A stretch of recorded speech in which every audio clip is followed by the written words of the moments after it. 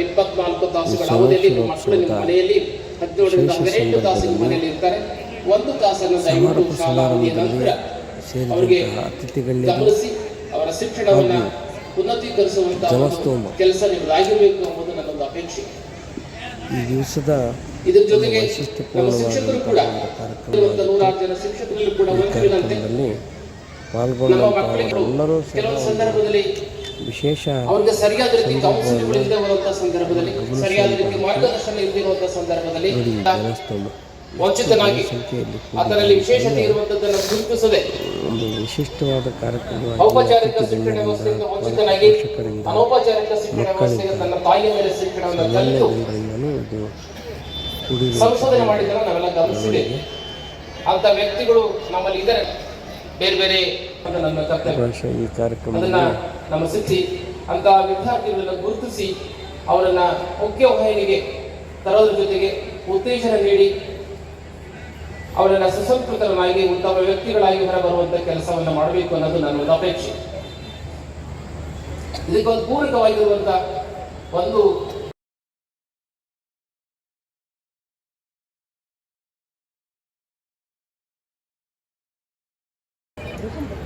द्राक्षारामं सुभीमनाथं कथ संभोग्य शीतांचल श्रीसिंहासन मारचय वसतिं चक्रे च तत्रैव यः एको राम गुरु संपूर्ण करुण कुर्यात् सदा मंगलम् कंठे यस्य विराजते हि गरलं गंगाजलं मस्तके वामांगे गिरिराजराजतनया जाया भवानी स्थिता नंदी स्कंद गणादिनाथ सहित श्री केदारनाथ प्रभु केदारांचल संस्थितो हि सततं कुर्यात् सदा मंगलम्. ಪ್ರಥಮದಲ್ಲಿ ಮೂಲ ಆಚಾರ್ಯ ಪರಂಪರೆಯನ್ನು ಹನುಮಂದಿರದಲ್ಲಿ ಸ್ಮರಿಸಿಕೊಂಡು ಪಂಚಕೇದಾರೇಶ್ವರರನ್ನ ಪ್ರಾರ್ಥನೆಗೈಯುತ್ತಾರೆ. ತಪೋಕ್ಷೇತ್ರ ಕಣ್ಣುಮಕುಪ್ಪೆ ಗವಿಮಠದ ಗುರು ಪರಂಪರೆಗೆ ಅನಂತಾನಂತ ದಂಡವತ್ ಪ್ರಣಾಮಗಳನ್ನು ಸಮರ್ಪಣೆ ಮಾಡುತ್ತಾ ಪೌಷ್ಯ ಮಾಸದ ಸುಸಂದರ್ಭದಲ್ಲಿ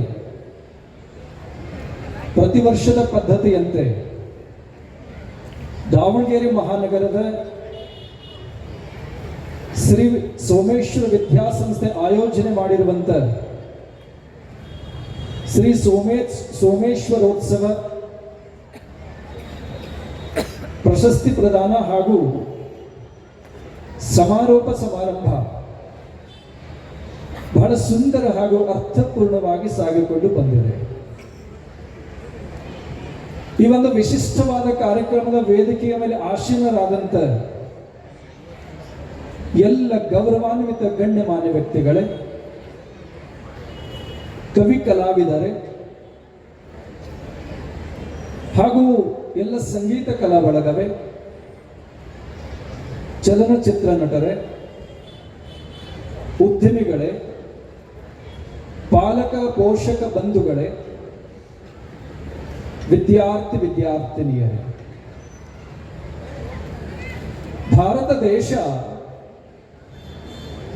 ವಿಶ್ವಕ್ಕೆ ಗುರುವಾಗಿ ಮೆರೆದಂತ ದೇಶ. ಇದಕ್ಕೆ ಕಾರಣ ಇಲ್ಲಿ ಇರುವಂತ ಸಂಸ್ಕೃತಿ, ಸಂಸ್ಕಾರ, ಸಂಪ್ರದಾಯ, ಪರಂಪರೆ ಮತ್ತು ಆಧ್ಯಾತ್ಮ, ಈ ಎಲ್ಲಾ ವಿಶೇಷತೆಗಳಿಂದ ಕೂಡಿರುವಂತ ದೇಶವೇ ಭಾರತ. ಇಂಥ ವೈಶಿಷ್ಟ್ಯಪೂರ್ಣವಾದ ಪರಂಪರೆಯನ್ನ ನಮಗೆ ಉಡುಗೊರೆಯಾಗಿ ಕೊಟ್ಟಂತ ಕೀರ್ತಿ ನಮ್ಮ ಮೂಲ ಪರಮಾಚಾರ್ಯರಿಗೆ, ಶರಣ ಸಂತ ಮಹಂತ ದಾರ್ಶನಿಕರಿಗೆ, ತಪಸ್ವಿಗಳಿಗೆ, ಶಿವಯೋಗಿಗಳಿಗೆ, ಸಿದ್ಧಿ ಪುರುಷರಿಗೆ, ಸಾಧಕರಿಗೆ ಸಲ್ತಾ ಇದೆ. ಅಂತಹ ಯಾವ ಭರತ ಕಂಡ ಪುಣ್ಯ ಭೂಮಿಯಲ್ಲಿ ಜನಿಸಿದಂತ ನಾವುಗಳೆಲ್ಲರೂ ನಿಜವಾದ ಪುಣ್ಯ ಭಾಗ್ಯಶಾಲಿಗಳು ಅನ್ನುವಂಥ ಮಾತನ್ನ ಮೊಟ್ಟ ಮೊದಲಿಗೆ ತಮ್ಮೆಲ್ಲರ ಗಮನಕ್ಕೆ ತರ್ತಾ, ಈ ಜಗತ್ತು ಭಗವಂತನ ಸೃಷ್ಟಿಗಿದೆ. ಭಗವಂತನ ಸೃಷ್ಟಿಯಲ್ಲಿ 83,99,999 ಜೀವರಾಶಿಗಳು ಇದ್ದಾವೆ. ಈ ಎಲ್ಲ ಜೀವರಾಶಿಗಳಲ್ಲಿಯೂ ಕೂಡ ವಿಶೇಷತೆ, ವಿಭಿನ್ನತೆ ಇರುವಂಥದ್ದು ಕೇವಲ ಮನುಷ್ಯ ಜೀವಿಗೆ. ಮಾತನಾಡುವುದನ್ನು, ನಂತರ ಓದುವುದನ್ನು, ಹಲವಾರು ಕಾರ್ಯವನ್ನು ನಿರ್ವಹಣೆ ಮಾಡುವಂಥ ಶಕ್ತಿ ಮಾನವನಿಗಿದೆ. ಈ ಭಗವಂತನ ಸೃಷ್ಟಿಯಲ್ಲಿ ವಿಭಿನ್ನವಾದ ಮಾರ್ಗಗಳಿದ್ದಾವೆ. ಈ ಸೃಷ್ಟಿಯಲ್ಲಿ ಜನನ, ಮರಣ ಮತ್ತು ಜೀವನ, ಈ 3 ಪ್ರಕಾರವಾಗಿರ್ತಕ್ಕಂಥ ವ್ಯವಸ್ಥೆಗಳಿದ್ದಾವೆ. ಜನನ ಇದು ಯಾರ ಕೈಯಲ್ಲೂ ಇಲ್ಲ. ನಾನು ಇಂಥ ಕುಲದಲ್ಲೇ ಹುಟ್ಟಬೇಕು, ಹೀಗೆ ಇರಬೇಕು, ಅಥವಾ ಈ ಧರ್ಮದಲ್ಲಿ ಹುಟ್ಟಬೇಕು, ಅಥವಾ ಸುಂದರವಾಗಿರಬೇಕು ಅನ್ನುವಂಥ ಯಾವುದೇ ವಿಚಾರವನ್ನ ವ್ಯಕ್ತಿ ಮಾಡಿದರೂ ಕೂಡ ಅದು ಅಸಂಭವ. ಕೆಲವರು ತುಂಬಾ ಸುಂದರರಾಗಿರ್ತಾರೆ, ಕೆಲವರು ಕುರೂಪದಲ್ಲಿರ್ತಾರೆ, ಕೆಲವರು ದೊಡ್ಡ ವಿದ್ವಾಂಸರಾಗಿರ್ತಾರೆ, ಇನ್ನು ಕೆಲವರು ಆರೋಗ್ಯದಿಂದ ಚೆನ್ನಾಗಿರ್ತಾರೆ. ಅಂದ್ರೆ ವಿಭಿನ್ನವಾಗಿರ್ತಕ್ಕಂಥ ಜೀವಾತ್ಮರನ್ನು ನಾವೆಲ್ಲ ಕಾಣ್ತಾ ಇದ್ದೇವೆ. ಜನನ ಯಾರ ಕೈಯಲ್ಲೂ ಇಲ್ಲ. ಅದೇ ಪ್ರಕಾರ ಮರಣವೂ ಕೂಡ ಯಾರ ಕೈಯಲ್ಲೂ ಇಲ್ಲ. ಯಾವ ಸಮಯದಲ್ಲಿ, ಯಾವ ರೂಪದಲ್ಲಿ, ಹೇಗೆ ಜೀವಾತ್ಮನಿಗೆ ಮೃತ್ಯು ಬರುತ್ತೆ ಅಂತ ಯಾರಿಗೂ ಕೂಡ ಗೊತ್ತಿಲ್ಲ. ಯಾವ ಸಮಯದಲ್ಲಾದ್ರೂ ಬರಬಹುದು. ಜನನ ಆಗೋ ಪೂರ್ವದಲ್ಲಿ ಮೃತ್ಯು ಆಗ್ತದೆ, ಜನನ ಆಗಿ ಕೆಲವೇ ಕ್ಷಣಗಳಲ್ಲಿ ಮೃತ್ಯು ಆಗತ್ತೆ, ಜನನ ಆಗಿ ಓದಿ ಚೆನ್ನಾಗಿ ಫಲಿತಾಂಶವನ್ನು ಪಡೆಯುವಂತ ಪ್ರಸಂಗದಲ್ಲಿ ಮೃತ್ಯು ಆಗಿರುತ್ತೆ, ಸಾಧನೆ ಮಾಡಿ ಸಾಧನೆಯ ಕೀರ್ತಿಯನ್ನ ಪಡೆಯುವಾಗ ಮೃತ್ಯು ಆಗಿರುತ್ತೆ. ಅಂದ್ರೆ ಯಾವ ಸಮಯದಲ್ಲಾದ್ರೂ ಮೃತ್ಯು ಬರಬಹುದು. ಜನನ ಮತ್ತು ಮರಣ ಅನ್ನುವಂಥದ್ದು ಯಾರ ಕೈಯಲ್ಲೂ ಇಲ್ಲ. ಆದ್ರೆ ಪ್ರತಿಯೊಬ್ಬ ವ್ಯಕ್ತಿಯ ಕೈಯಲ್ಲೂ ಒಂದಿದೆ, ಜೀವನ. ಜೀವನ ಪ್ರತಿಯೊಬ್ಬರ ಕೈಯಲ್ಲೂ ಇದೆ. ಆ ಜೀವನವನ್ನು ನಾವು ಹೇಗೆ ಕಳಿಬೇಕು, ಜೀವನವನ್ನು ಹೇಗೆ ಅಳವಡಿಸಿಕೊಳ್ಳಬೇಕು ಅನ್ನುವಂಥದ್ದು ಬಹಳ ಮುಖ್ಯ ಅಂತ. ಪ್ರಾಯಶಃ ಒಬ್ಬ ಸುಭಾಷಿತಕಾರ ಹೇಳುತ್ತಾ ಇದ್ದಾರೆ, ಸಂಘವದು ಎರಡುಂಟು, ಒಂದು ಬಿಡು ಒಂದು ಹಿಡಿ. ಅದು ಉತ್ತಮರ ಸಂಘ. ಹಾಗಿದ್ರೆ ಉತ್ತಮರು ಅಂದ್ರೆ ಯಾರು? ಪರೋಪಕಾರಾಯ ಪುಣ್ಯಾಯ ಪಾಪಾಯ ಪರಪೀಡನಂ ಅನ್ನುವಂಥ ತತ್ವವನ್ನು ಯಾರು ಅಳವಡಿಸಿಕೊಂಡಿರ್ತಾರೋ, ನಮ್ಮ ಸನಾತನ ಧರ್ಮ ತತ್ವ ಪರಂಪರೆ ಸಿದ್ಧಾಂತ ನಿಯಮಗಳನ್ನು ಯಾರು ಆಚರಣೆಯಲ್ಲಿ ಅಳವಡಿಸಿಕೊಂಡಿರ್ತಾರೋ, ದೇಶ ಸೇವೆಗೆ ಈಶ ಸೇವೆ ಅನ್ನುವಂಥ ವಿಶಾಲವಾದ ಗುಣವನ್ನ ಜೀವನದಲ್ಲಿ ಯಾರು ಅಳವಡಿಸಿಕೊಂಡಿರ್ತಾರೋ, ಅಂತಹ ಸದ್ಗುಣಿಗಳ ಸಂಘವನ್ನ ಮಾಡೋದ್ರಿಂದ ಶ್ರೇಷ್ಠವಾಗಿರ್ತಕ್ಕಂಥ ಮಾರ್ಗ ಲಭ್ಯವಾಗತ್ತೆ ಎನ್ನುವಂಥದ್ದು. ಆ ನಿಟ್ಟಿನಲ್ಲಿ ಸಾಕಷ್ಟು ಜನ ಜೀವನವನ್ನು ಕಳೀತಾ ಇದ್ದಾರೆ. ಇಬ್ಬರು ವ್ಯಕ್ತಿಗಳಿದ್ದಾರೆ.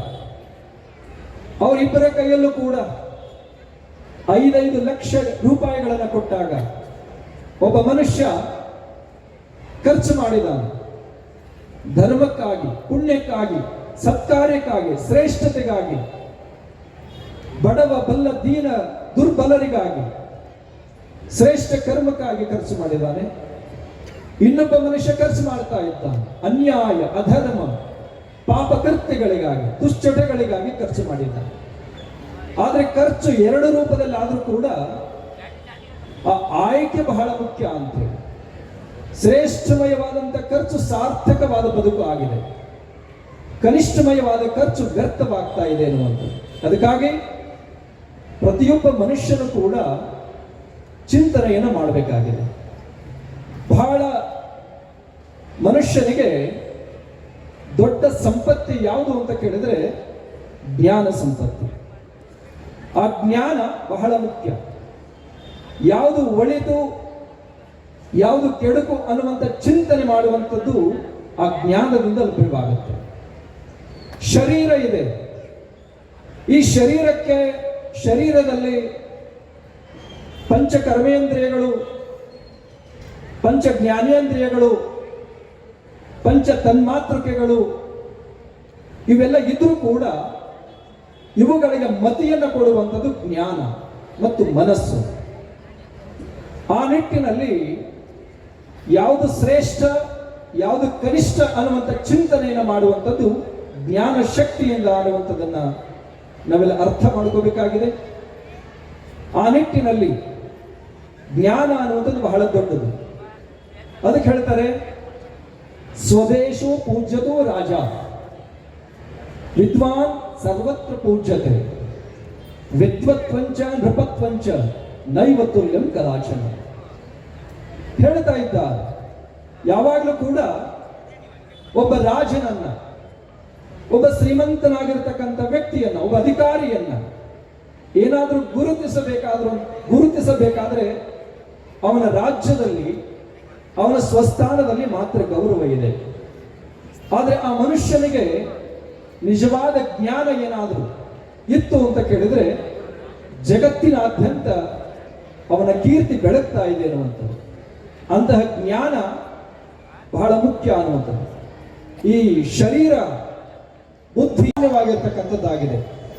ನಮ್ಮ ಈ ಸಂಸ್ಥೆಯ ಸಂಸ್ಥಾಪಕರಾಗಿರ್ತಕ್ಕಂಥ ಸುರೇಶ್ ರವರು ಪ್ರತಿ ವರ್ಷವೂ ಕೂಡ ಇಂಥ ವೈಭವಪೂರ್ಣವಾದ ಕಾರ್ಯಕ್ರಮವನ್ನು ಆಯೋಜನೆ ಮಾಡ್ತಾ ಇದ್ದಾರೆ. ಕೇವಲ ಇದು ಸೀಮಿತವಾಗಿರುವಂಥದ್ದಲ್ಲ. ವಿದ್ವಾಂಸರನ್ನ, ಧರ್ಮಗುರುಗಳನ್ನ, ಸಾಹಿತಿಗಳನ್ನ, ಸಾಧನೆ ಗೈದವರನ್ನ ಕರೆಸಿ ಒಂದು ಶ್ರೇಷ್ಠವಾದ ಕಾರ್ಯಕ್ರಮವನ್ನು ಮಾಡ್ತಾ ಇದ್ದಾರೆ. ಈ ಸಭೆಯಲ್ಲಿ ಎಂತೆಂಥ ಮಹನೀಯರು ಬಂದು ಹೋಗಿದ್ದಾರೆ. 2020ನೇ ಇಸ್ವಿಯಲ್ಲಿ ಯಾವ ದಿವಂಗತ ಡಾಕ್ಟರ್ SP ಬಾಲಸುಬ್ರಹ್ಮಣ್ಯಮ್ಮನವರನ್ನು ಕರೆಸಿ ಈ ಭಾಗಕ್ಕೆ ಪರಿಚಯಿಸಿರುವಂತ ಕೀರ್ತಿ ಈ ಸಂಸ್ಥೆಗೆ ಸಲ್ಲುವಂತದ್ದಾಗ್ತಾ ಇದೆ ಅನ್ನುವಂಥದ್ದು.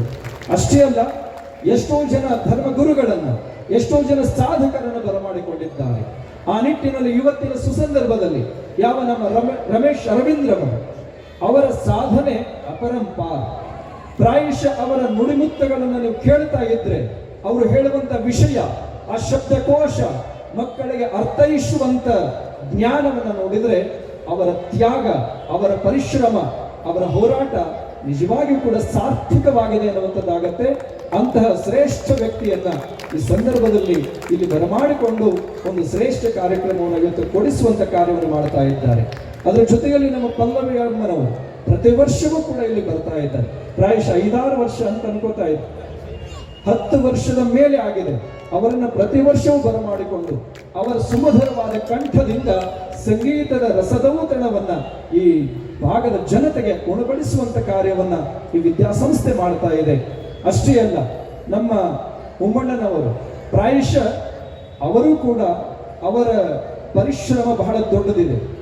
ಒಂದು ಪುಟ್ಟ ಗ್ರಾಮದಿಂದ ಬಂದು ಇಲ್ಲಿ ದೊಡ್ಡ ಪ್ರಮಾಣದಲ್ಲಿ ಇವತ್ತು ಕೇವಲ ಕರ್ನಾಟಕ ರಾಜ್ಯ ಅಷ್ಟೇ ಅಲ್ಲ, ರಾಷ್ಟ್ರ ಮಟ್ಟದಲ್ಲಿ ಒಂದು ಉದ್ಯಮದಿಂದ ಗುರುತಿಸಿಕೊಂಡಂತ ವ್ಯಕ್ತಿ ಯಾರಾದರೂ ಇದ್ರೆ ನಮ್ಮ PS ಉಮಾಪತಿ ಅಣ್ಣನವರು ಅಂತಕ್ಕಂಥದ್ದನ್ನ ಮನದುಂಬಿ ಹೇಳಲಿಕ್ಕೆ ಸಂತೋಷವಾಗ್ತಾ ಇದೆ.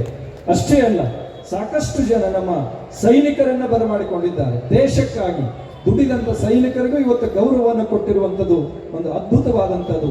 ಅದರ ಜೊತೆ ನಮ್ಮ ಕೊಟ್ರೇಶ್ ಅವರು ಇರಬಹುದು, ಅದರ ಜೊತೆಗೆ ಅನೇಕ ಸಾಧಕರನ್ನ ಬರಮಾಡಿಕೊಂಡಿರುವಂಥದ್ದು ಅರ್ಥಪೂರ್ಣವಾದ ಕಾರ್ಯಕ್ರಮ ಇದು ಆಗಿದೆ ಅನ್ನುವಂಥ ಮಾತನ್ನ ಈ ಸಂದರ್ಭದಲ್ಲಿ ತಮ್ಮೆಲ್ಲರ ಗಮನಕ್ಕೆ ತರ್ತಾ, ಪ್ರಾಯಶಃ ಪ್ರತಿಯೊಬ್ಬರೂ ಕೂಡ ನೆನಪಿಡಬೇಕಾದ ಮಾತು ಇಷ್ಟೇ. ಸದ್ಭಕ್ತ ಬಂಧುಗಳೇ, ಜೀವನದಲ್ಲಿ ನಾವು ಯಾರು ಕೂಡ ಶಾಶ್ವತರಲ್ಲ. ಯಾವ ಸಮಯದಲ್ಲಿ, ಯಾವ ರೂಪದಲ್ಲಿ, ಯಾವ ರೀತಿಯಲ್ಲಿ ಮನುಷ್ಯನಿಗೆ ಮೃತ್ಯು ಬರುತ್ತೋ ಗೊತ್ತಿಲ್ಲ. ಇರೋ ತನಕ ಇಷ್ಟೇ, ಒಳ್ಳೆಯದನ್ನು ಮಾಡೋಣ, ಒಳ್ಳೆಯದರ ಜೊತೆಗೆ ಕೈ ಜೋಡಿಸೋಣ, ಧರ್ಮ ಪರವಾಗಿ ನಿಲ್ಲೋಣ.